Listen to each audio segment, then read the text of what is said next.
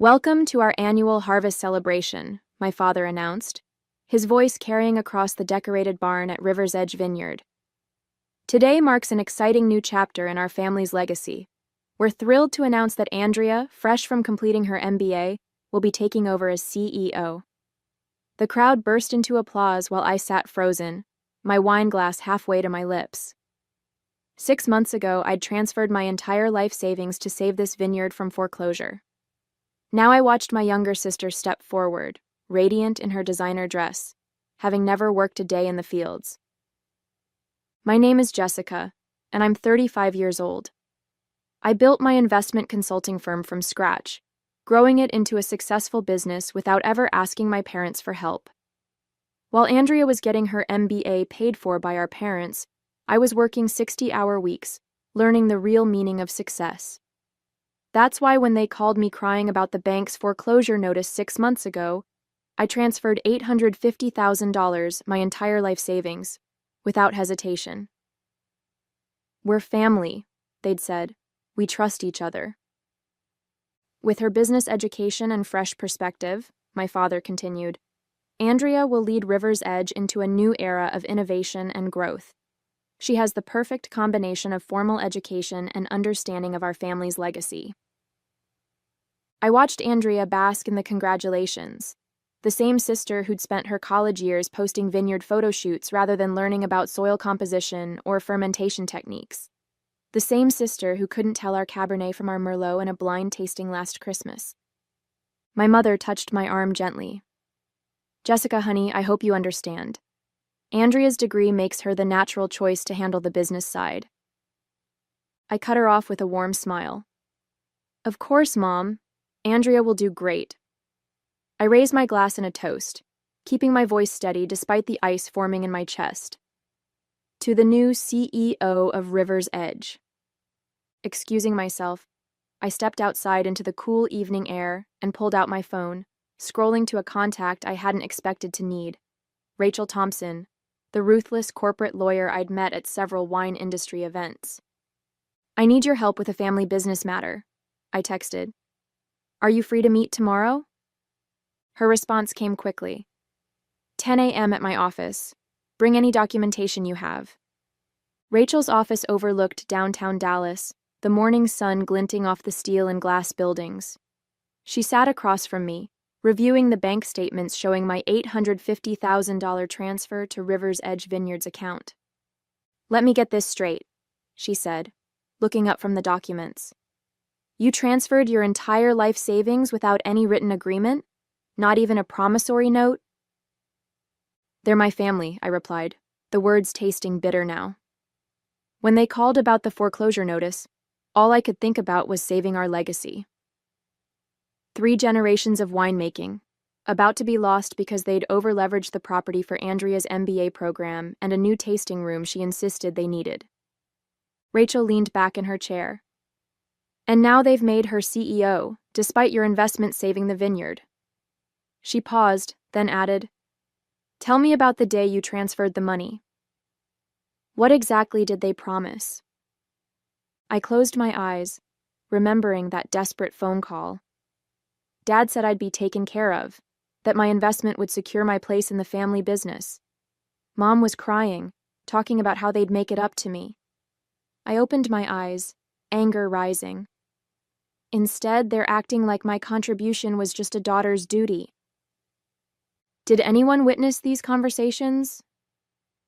"Yes," I said, sitting up straighter. "Their accountant, Michael, was there when I visited to arrange the transfer. He seemed uncomfortable with the whole situation, kept suggesting we put something in writing. My parents dismissed him, saying it would insult the family trust." Rachel's eyes gleamed. "Michael could be very useful. But first, we need to understand your ideal outcome. Do you want control of the vineyard?" I shook my head. "I want my investment back with interest. Let Andrea have her CEO title. I'll start my own vineyard with my money, one they'll have to compete with." "Good," Rachel smiled, "because I have a plan. Your parents' actions constitute verbal fraud. With Michael's testimony and these bank records, we can build a strong case. But instead of filing immediately, We'll send a demand letter first, one that outlines exactly how their actions could be interpreted as deliberate financial manipulation. She pulled out a notepad. We'll demand repayment of your $850,000 plus 8% annual interest within 30 days. We'll also request all financial records since your investment. I suspect we'll find some interesting decisions made after they received your money. I felt a weight lift from my shoulders. And if they refuse? Then we file a lawsuit that will open their books to public scrutiny. Something tells me your sister's MBA hasn't prepared her for that kind of crisis management. The demand letter landed like a bomb at River's Edge. I was working from my apartment when Andrea called, her voice shrill with panic. "A lawsuit? Are you insane? You're going to destroy everything our family has built," she screamed. "Dad's having chest pains because of you." I remained calm, letting her rant. The solution is simple: return my investment with interest. $850,000 plus 8% over 6 months. You have an MBA, Andrea. You can do the math. That money went into saving this vineyard, your heritage too. And now you want to bankrupt us to get it back? She paused, her voice turning sly. Besides, your precious lawyer should know that verbal agreements in family businesses are complicated. You can't prove anything. I smiled, though she couldn't see it. Actually, I just got off the phone with Michael.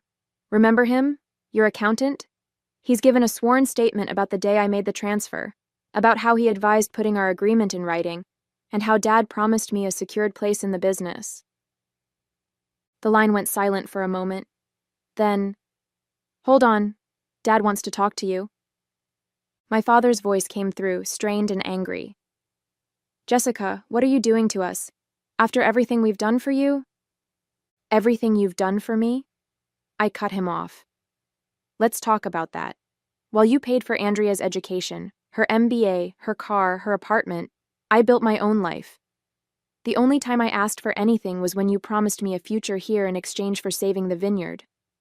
We never promised you control. Andrea has the education for this." "I'm not asking for control anymore," I interrupted again. "I'm asking for my money back.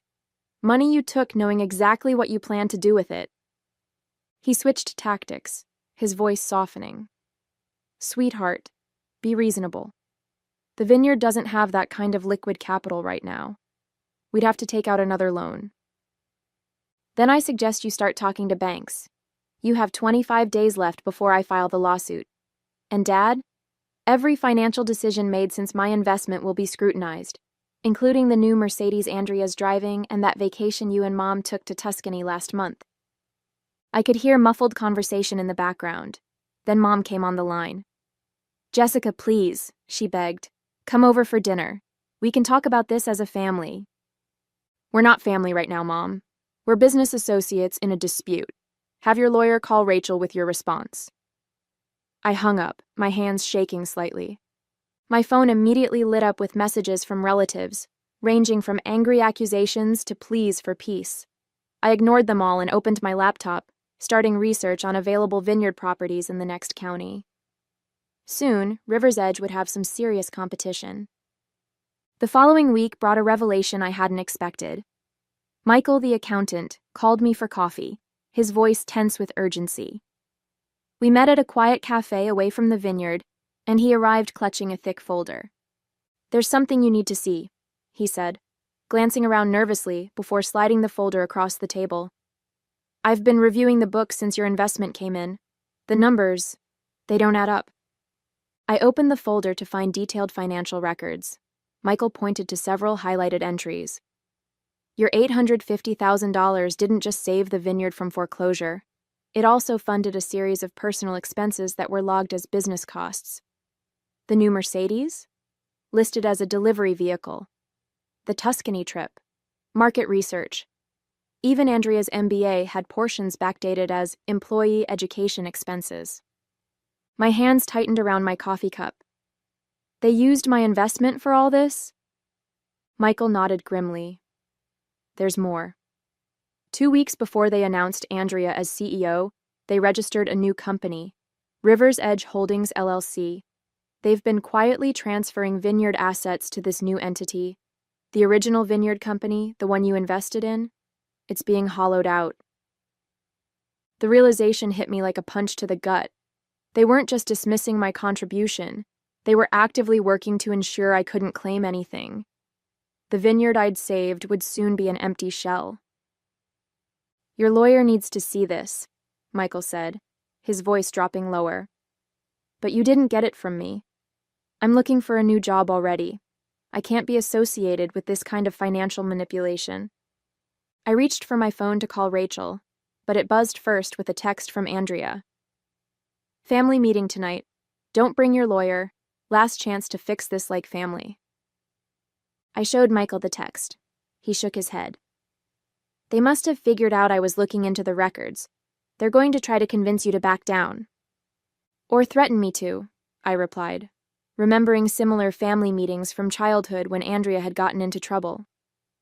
Our parents had always found a way to shift the blame, to make me the unreasonable one for not protecting my sister. I texted back. Any discussion needs to happen with lawyers present. Andrea's response was immediate. Your choice.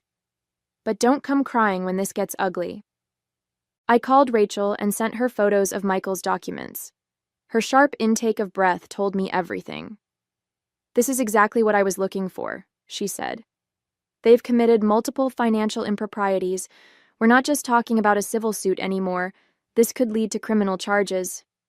I don't want them in jail, I said quickly. I just want my investment back. Then we use this as leverage. I'm drafting an amended demand letter now. Instead of 30 days, they have 48 hours to either return your money with interest or face an investigation that will involve the SEC. The choice is theirs. After hanging up, I sat in the cafe long after Michael left, staring at the damning documents. Part of me felt guilty for what this could do to my family. But another part, the part that remembered every dismissal, every time they'd favored Andrea, every sacrifice I'd made to help them, felt a grim satisfaction. My phone kept buzzing with increasingly frantic messages from my parents and sister. I ignored them all and opened my laptop, pulling up the real estate listing I'd been eyeing. The Marshall Creek property, 200 acres of prime vineyard land just across the valley from River's Edge. Perfect soil composition, excellent sun exposure, and most importantly, a clear view of my family's vineyard. The amended demand letter hit harder than a hailstorm on harvest day. I was in the middle of a virtual tour of the Marshall Creek property when my father burst into my apartment, waving the letter like a white flag of surrender. Criminal charges? He wheezed, his face red. Your own family? I raised you better than this. I minimized the browser window showing Marshall Creek's south-facing slopes. Did you raise me to accept being robbed? Because that's what you did. Took my $850,000 and used it for luxury cars and Italian vacations while plotting to lock me out of the business. We never meant, he started, but I cut him off. Save it. I've seen the financial records. The new LLC, the asset transfers, everything. You didn't just betray me, you tried to make sure I couldn't fight back. I stood up, my voice steady. You have 40 hours left to return my investment with interest, or Rachel files everything with the SEC. His face went from red to pale. You'd destroy your sister's future? She just started as CEO. Andrea's future? I laughed bitterly. What about mine? I earned that money while she was posting Instagram photos from business school. Money you promised would secure my place in the family business. We can still work something out, he pleaded. Maybe Andrea could share the CEO position? A co-leadership arrangement? I shook my head. I don't want to share leadership with Andrea. I want my money back. Every penny, plus interest. Then you'll never have to worry about me competing with your precious CEO again. His eyes narrowed at the word competing. What does that mean? Just then, my phone buzzed. It was the real estate agent handling Marshall Creek. Perfect timing. I answered on speaker. Hi, Jessica, great news. The owner is very interested in your offer. They love your vision for expanding the vineyard's production. When can you meet to discuss terms? I watched my father's face crumple as realization dawned. Marshall Creek wasn't just any property. It was River's Edge's main competition back when my grandfather ran things. Their wine had consistently won more awards until the owner retired and let the vines go fallow. "You wouldn't," he whispered.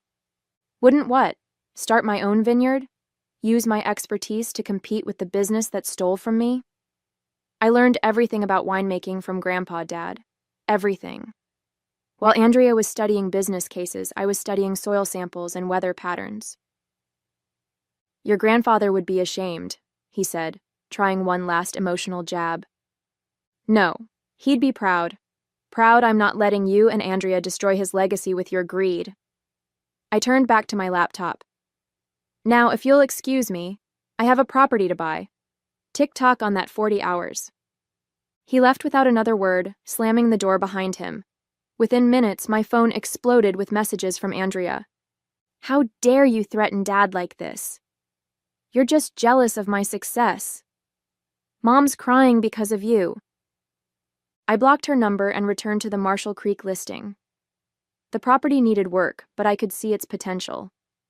More importantly, its premium grapes and higher elevation would let me produce wines that would directly compete with River's Edge's best sellers. My phone buzzed again. Rachel this time. "They're scrambling," she reported. "Just got a call from their lawyer. Looks like they're trying to secure an emergency loan." I smiled. Either way, I won. Either I got my money back or I got Marshall Creek, and River's Edge would learn what real competition felt like. With 12 hours left on the deadline, my mother showed up at my office. She carried a thick manila envelope and wore the same expression she'd used whenever playing peacemaker between Andrea and me as children. "Your father's had to be sedated," she said, sinking into the chair across from my desk. "His blood pressure was through the roof. Are you happy now?" I kept my face neutral. "What's in the envelope, Mom?" She slid it across my desk. "The best we can do. We've mortgaged everything we could. There's $600,000 here. That's all the bank would give us. We can pay the rest in installments." I didn't touch the envelope. That wasn't the deal. $850,000 plus interest, all of it, or Rachel files tomorrow morning. "We don't have it," she snapped, her peacemaker facade cracking. "Andrea's been calling every bank in Texas. No one will give us more without wanting to audit the books, and you know we can't allow that now." "Because of what they'd find?" I asked quietly.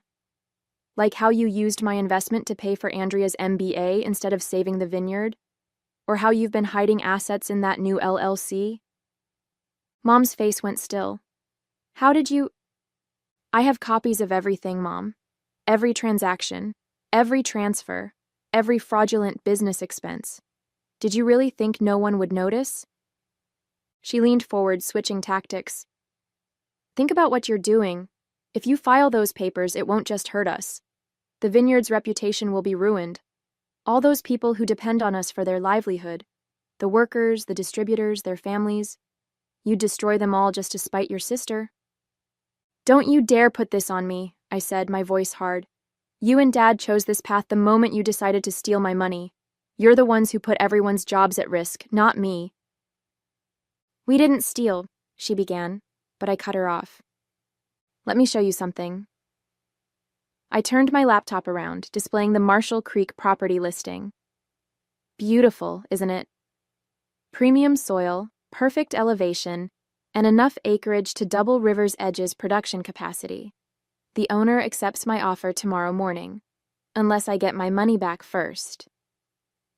Mom's eyes widened as she recognized the property. "You can't. That land, it would destroy us."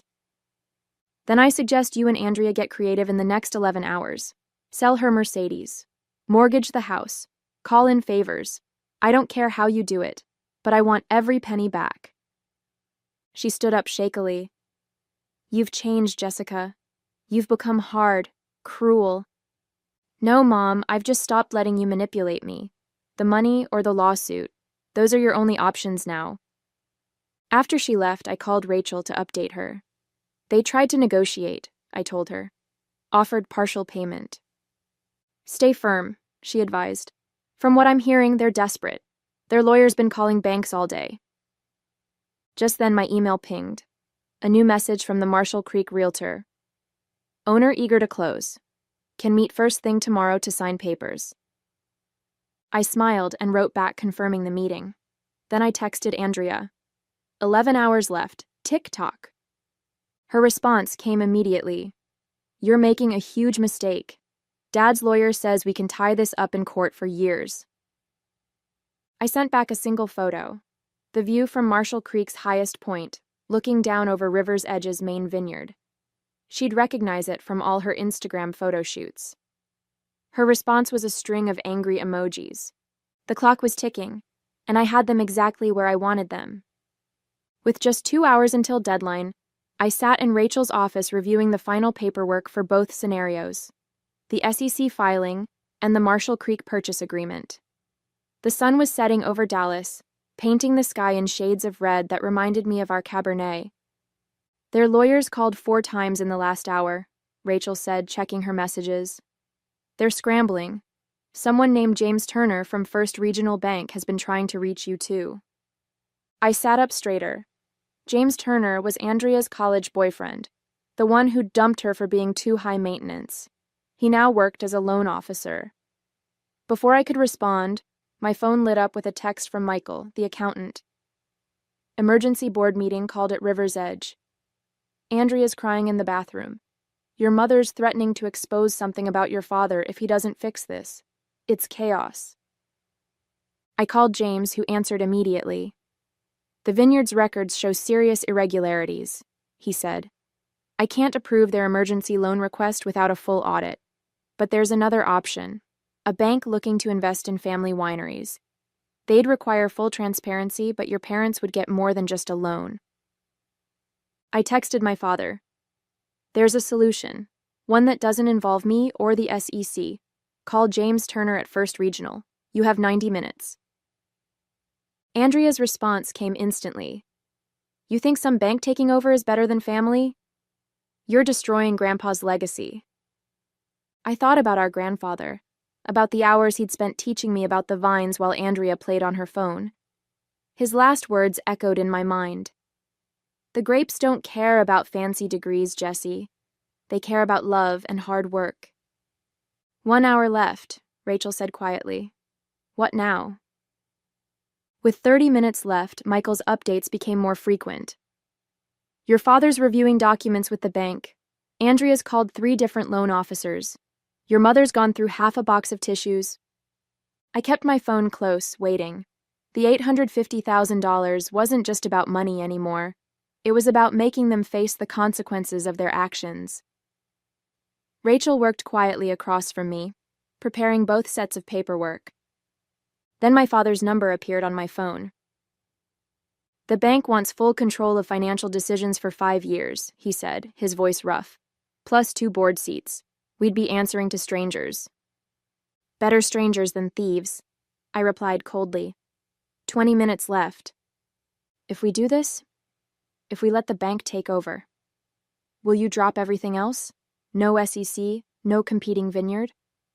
I leaned forward. Sign with the bank, repay my investment with interest, and I'll walk away. You'll never have to worry about me competing with precious Andrea again. He was quiet for a long moment. Your mother thinks we should call your bluff. Says you won't really file with the SEC, that you're too soft. 15 minutes to find out, I said. Tick-tock. I hung up and turned to Rachel. Get the SEC paperwork ready. But before she could reach for the file, my phone buzzed with an email from James Turner. Subject line, document signed. The attached file showed my parents' signatures on the bank agreement, along with a transfer confirmation for $850,000 plus interest to my account. Looks like they chose survival over pride, Rachel said. I nodded, already pulling up the real estate agent's number. The vineyard across the valley from Marshall Creek was for sale too. Better water rights, lower price. 2 months later, I stood on my newly purchased property, Sunset Valley Vineyard, with its perfect western exposure and rich soil. The view of River's Edge across the valley was just a bonus. I'd used the returned $850,000 as a down payment. with investors eager to back my venture after hearing my plans. Michael had resigned from River's Edge the day after the bank took over, and I'd immediately hired him as my CFO. "Andrea's having a meltdown," he reported, checking his phone. "The bank rejected her proposal for a new tasting room, said something about unnecessary expenses and focusing on wine quality." I smiled, remembering the bank's first board meeting.